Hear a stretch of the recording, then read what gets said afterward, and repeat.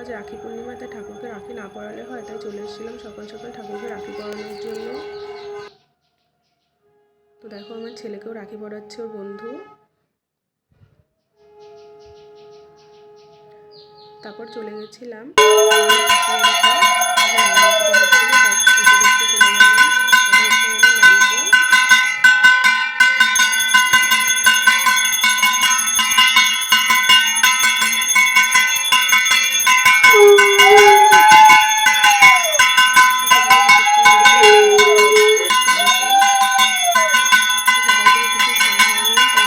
একটু green tea বানিয়ে নিই আমার জন্য, শাশুড়ি মায়ের জন্য আর আমার হাজব্যান্ডের জন্য। তো তিনজনের গ্রিন টি বানিয়ে খেয়ে নিলাম। তো আমার এই ছোট্ট মিনি ব্লগটি তোমাদের কেমন লাগলো? সবাই ভালো থেকো, সুস্থ থাকো, আর অবশ্যই কমেন্টে জানাবে আজকে আমার এই ব্লগটি কেমন লাগলো।